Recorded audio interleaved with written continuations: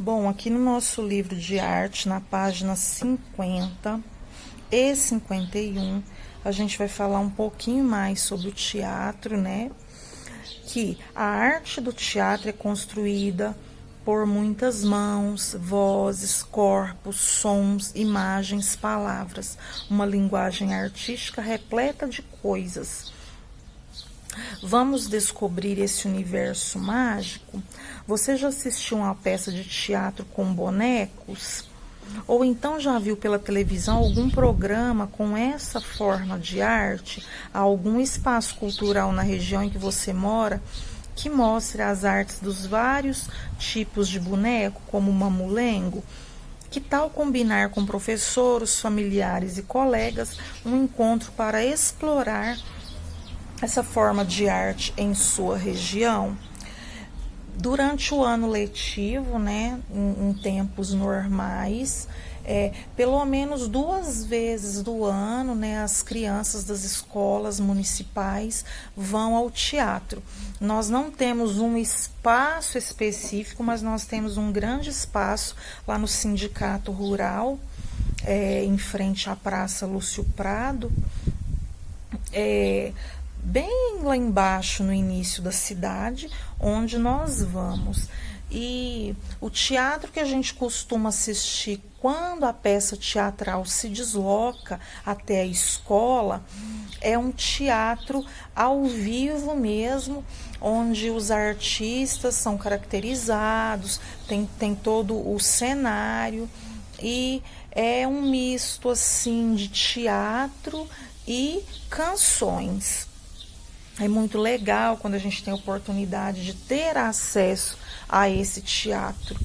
É uma maneira fácil das pessoas mais comuns terem acesso? Não, porque o teatro não é tão popularizado em termos de quando nós vamos ao anfiteatro assistir uma peça teatral. É mais caro. Nesses últimos tempos, o teatro foi mais popularizado para a nossa população, né? Desde as escolas, a população em si, o teatro na praça, o cinema móvel na praça. Então, nesses tempos para cá, foi mais popularizada a arte. Popularizada no sentido de trazer ao povo, para o povo conhecer mesmo. Nesse capítulo, convidamos você e os colegas para criar um grupo de teatro na escola para montar as peças teatrais. Vocês podem pesquisar mais textos de literatura, histórias locais como lendas e casos, ou ainda pesquisar sobre principais histórias que contam sobre a cultura da região e fazer adaptação dessas histórias e textos para a linguagem do teatro. Em sala de aula, a gente faz a pesquisa dos textos, que são textos que podem ser lendas, que podem ser contos, que podem ser causos, e a gente faz a adaptação. Cria um cenário bem simples, uma caracterização dos personagens bem simples e tem condição da gente desenvolver em sala ou em algum momento na escola. E o que é essa adaptação? É quando escolhemos um texto que já existe e fazemos ajustes para criar diálogos entre personagens ou o narrador para contar uma história ou passar uma mensagem. Quando fazemos isso, chamamos esse processo de adaptação de texto. Também podemos improvisar um texto e criar na hora as falas dos personagens. Há diversas maneiras de fazer teatro e também muitas etapas. Uma delas é a escolha do texto a ser inventado ou adaptado. Então, a primeira etapa, a escolha do texto. Segunda etapa é colocar a fala do narrador, né, para que as pessoas possam entender o roteiro desse texto. Depois a caracterização dos personagens e por aí vai. Então, geralmente nós adaptamos esses textos ou para a peça de teatro ficar menor, não tão cansativa quando o texto é muito grande e por aí vai. E aqui no nosso livro vai tratar do assunto que todas as crianças têm direitos, né? Princípio 1, igualdade sem distinção de raça, religião, nacionalidade. Então, aqui são os bonequinhos, né, que estão sendo manuseados, aos ferrinhos. E eles estão falando. Princípio 2, direito à especial proteção para seu desenvolvimento físico, mental e social. Princípio 3, direito a um nome, a uma nacionalidade. Aí aqui é uma juíza, né, que está tendo essas falas, ó. Princípio 4, direito à alimentação, moradia, assistência médica adequadas para criança e mãe, além dela, né, ser mulher, ser uma profissional, né, é mãe também. Princípio 5º, direito à educação, a cuidados especiais para criança física ou mentalmente deficiente. Esses números que estão esses numerais que estão em numerais romanos, a gente fala princípio 1º, princípio 2º, princípio 3º, princípio 4º, princípio 5º. Até 10 nós falamos em ordinal. Então, aqui, ó, princípio ao 6º, direito ao amor e à compreensão por parte dos pais, da sociedade. Princípio 7º, vamos falar do 7º primeiro, direito à educação gratuita e ao lazer infantil. Princípio 8º, direito a ser socorrido em primeiro lugar em casos de catástrofes. Tá o bonequinho aqui representando, né, um médico, um enfermeiro, alguém da saúde. Princípio 9º, direito a ser protegido contra o abandono e exploração no trabalho, né? Porque a criança tem que brincar, tem que estudar.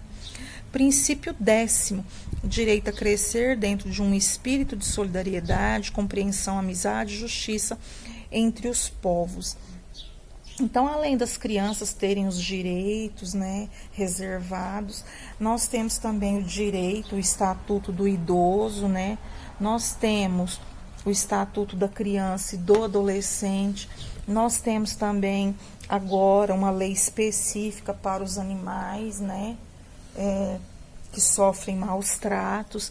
Então, tem toda essa legislação, né, em prol dos animais, em prol dos idosos, em prol da criança e do adolescente.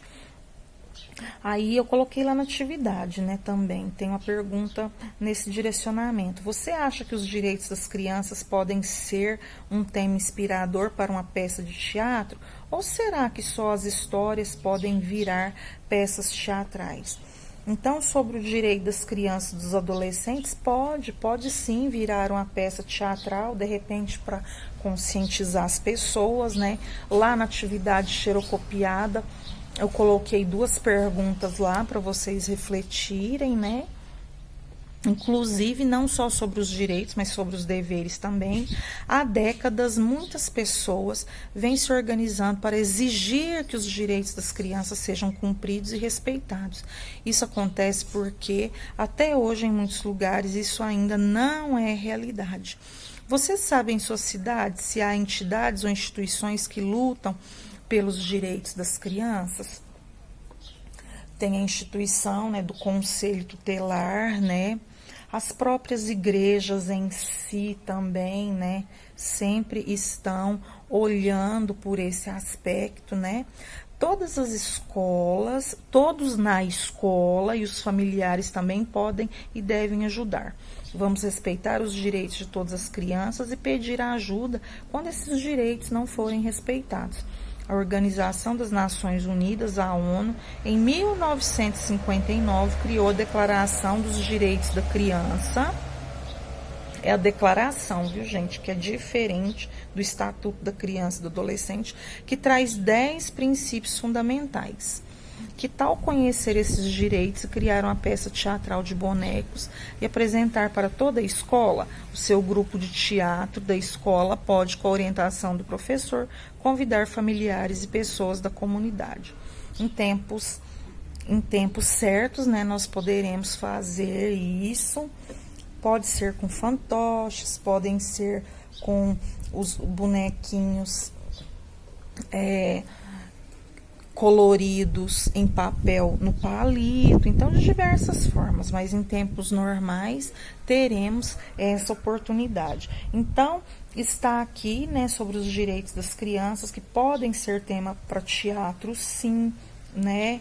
Além dos direitos das crianças, é importante que a gente saiba dos outros direitos também, dos idosos, dos animais, né?